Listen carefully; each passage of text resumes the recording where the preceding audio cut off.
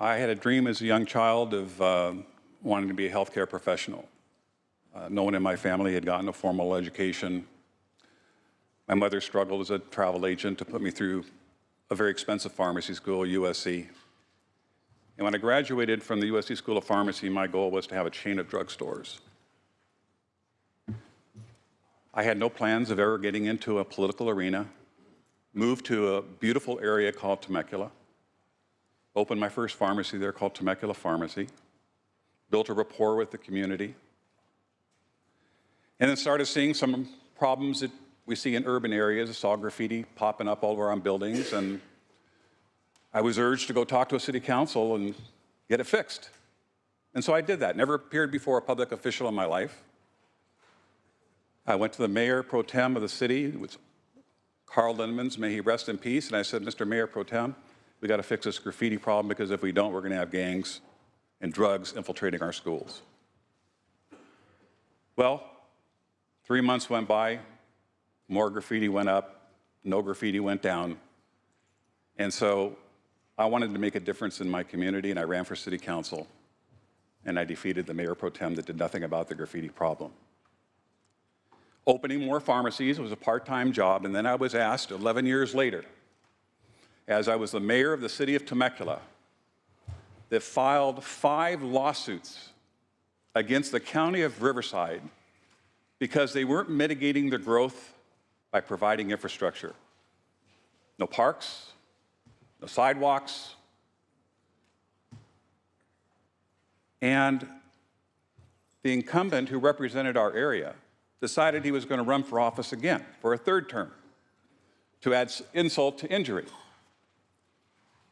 And so I decided once again, this is a calling. I'm going to go for a full-time position in the 4th largest county in the state of California, the size of the state of New Jersey.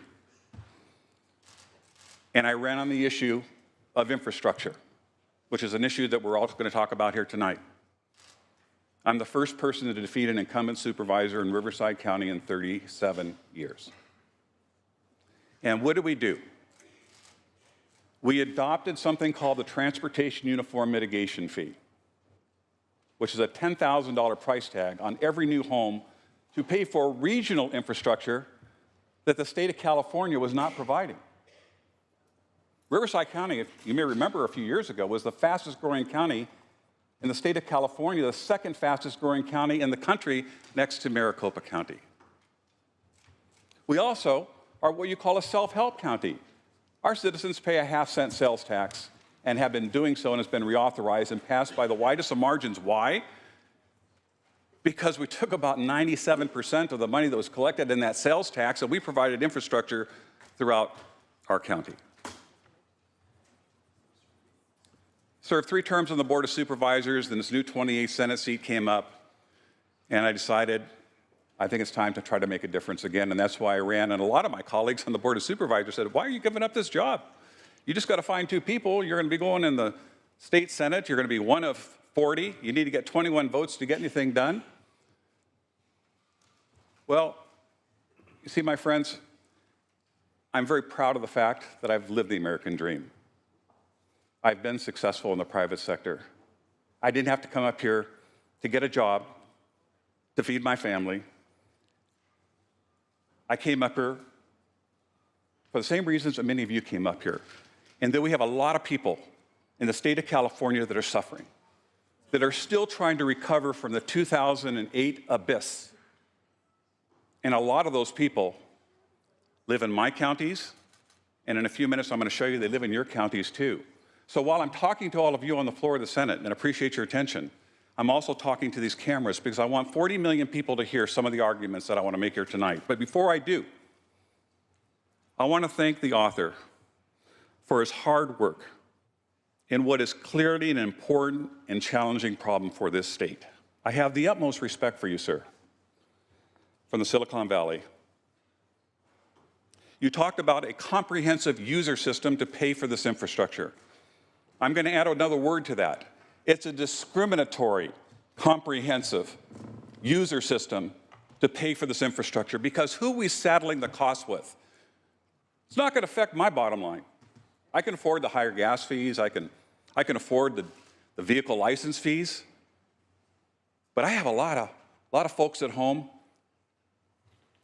and throughout this state that have to choose between gasoline and food.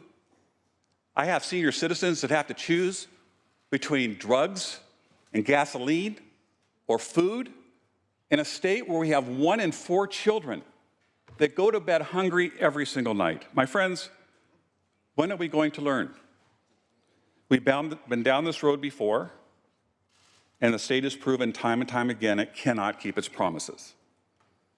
We heard about a lockbox. We're going to get this lockbox, and we're going to ensure that this money is going to go to infrastructure.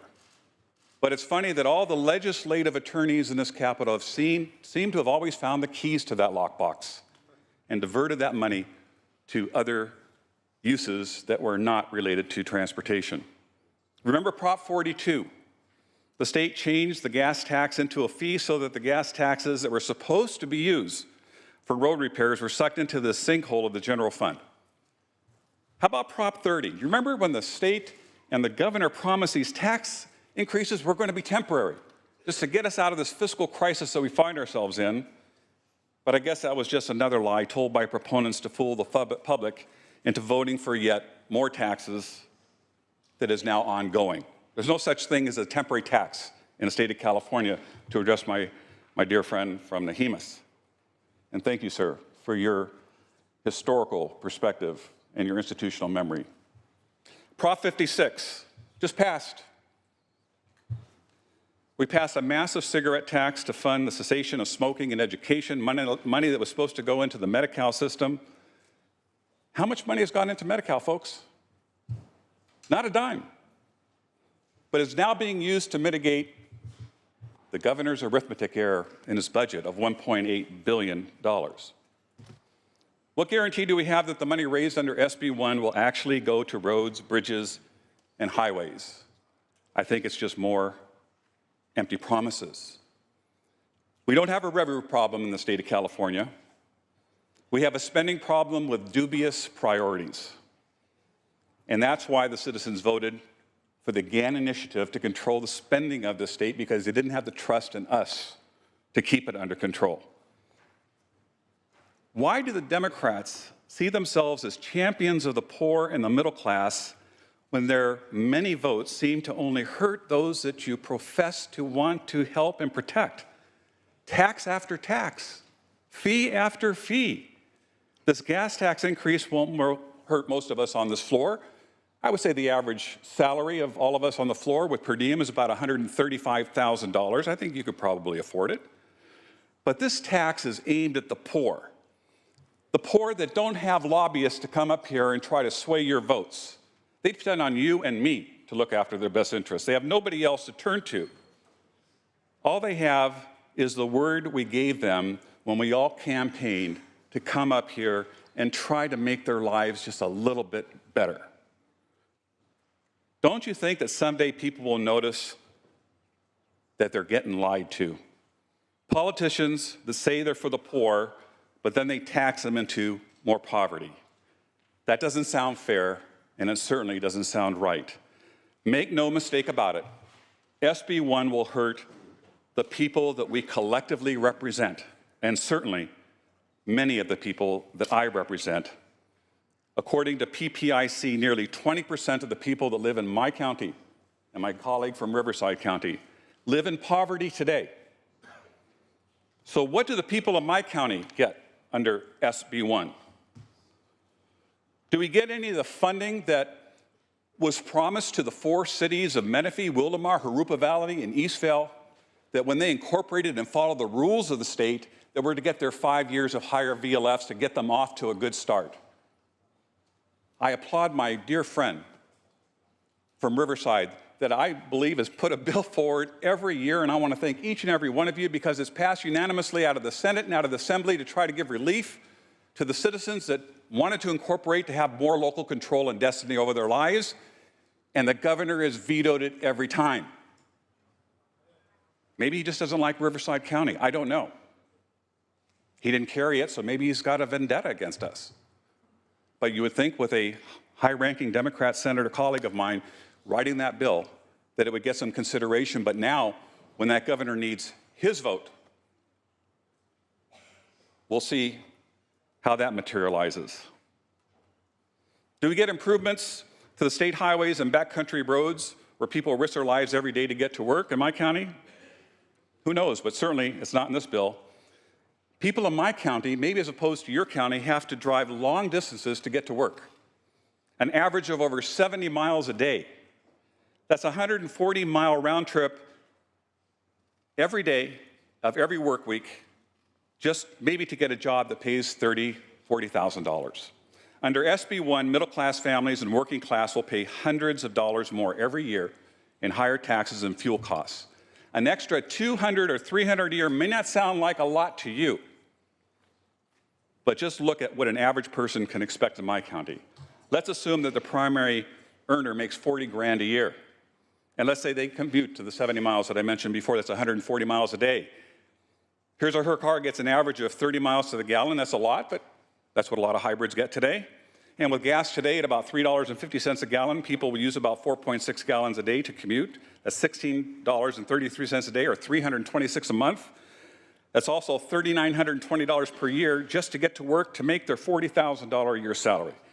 Now let's assume that gas stays at $3.50 a gallon, and we know it's probably not going to because we have a summer blend that's going to come out pretty soon, and what happens is the price of gasoline is going to go up. But under this bill, if it was to stay there, gasoline would go to $3.62 a gallon, and that means they'll be paying almost $4,000 a year, plus the extra costs of their car tax. Once this same individual pays their state and federal income taxes, that $40,000 becomes $30,000. And to make their $30,000, it will cost them $4,050 a year in fuel and car tax costs. My friends, that's 13.5% of their take-home pay. And that assumes that gas stays at $3.50 a gallon. We've also seen in many cities, probably many that you know, because cities have taken it upon themselves to try to build infrastructure. So many cities that you represent have probably passed sales tax measures. So that's another hit that these middle income and poor people have to contend with. Worse, many of our families, we learned this today in sub 3, are forced to pay roughly $300 a month to pay for pre-K childcare. And those costs are going up every year because, well, we raise the minimum wage, putting a bigger squeeze on them. People want to stay in California, but how can they continue to afford to live here? Under SB1, those who can't afford to work where they live because housing costs are out of control, the average cost in California is about $500,000, are going to be forced to pay almost 14% of their take-home pay on gas and car taxes when we already have money in the budget that's supposed to pay for roads, highways, and bridges. There are many counties from a poverty perspective that are even in worse shape than Riverside County, whose constituents will be financially stressed even more. As an example, the highest poverty rate, can anybody guess which county it is in the state of California? Los Angeles has the highest poverty rate at 25.6%. Santa Barbara, 25.4%. Stanislaus poverty's rate is almost 20%. My friends, what are we thinking about? Why do we time and time again target the poor to pay for the rich? If a tax is passed on everyone, should everybody have some skin in the game? Instead of raising gases by 12 cents a gallon, why don't we think about increasing the tax on private jet fuel used by the uber rich who use their private jets to fly around the world and at the same time talk about we're not doing enough about global warming? That, my friends, will raise billions of dollars by citizens that will just see it as a minor glitch in their financial portfolios. Instead of increasing the car tax by $50 a year on everybody, why don't we just put a $5,000 car tax on all vehicles, cars and limousines that cost over $200,000 that are used by the Hollywood elite who pretend to care much about the poor? Let's let them demonstrate it by embracing these taxes. Things have gotten out of hand, and I can tell you my phones have been ringing off the hook here in the Capitol tonight, certainly in my district offices. And since Governor Brown took office, my friends, with all the taxes and fees, the new revenue coming into the state of California over the past 7 years has grown by $36 billion. And how much of that money has gone into repair one linear mile of roads in the state. Zero. We've ignored the problem, but we have the money to fix our roads. We just need to use the money we have for the right purposes. We're spending billions of dollars to build a choo-choo train to nowhere that a majority of Californians adamantly oppose, and the current federal administration has appropriately said that they are going to cut federal funding to pay for this boondoggle. What guarantee do the citizens that are watching this at home have that under SB1, it will not just be a backfill to the choo-choo train that is the governor's obsession, instead of fixing our roads? Yes, our roads are falling apart. Yes, our streets need repair. Instead of raising taxes on our hardworking families who have to drive to work, why don't we at least maximize the utilization of the cap-and-trade money, $2 billion a year, for this appropriate expenditure? It seems to me that using $2 billion collected under cap-and-trade, while not debating the legality of that tax, would be the best use of that money. If this legislature simply had the courage to use money that we collect from our taxpayers to pay for programs we promised the people that money would be spent on, we wouldn't be in this position here tonight. Please, please think about what you're doing. Are you really going to increase taxes on the families who struggle in this state every single day? The families where, again, 1 in 4 kids goes to bed hungry. SB1 in its present form is not the answer. It's wrong. It's unfair. It's predatory to the poor and the working class. It's regressive. And I'll conclude by a quote from Nicholas Johnson, who once said, "Taxing poor families runs counter to the decades of efforts to help people lift themselves out of poverty through work." Members, please, I urge you to vote no on SB1.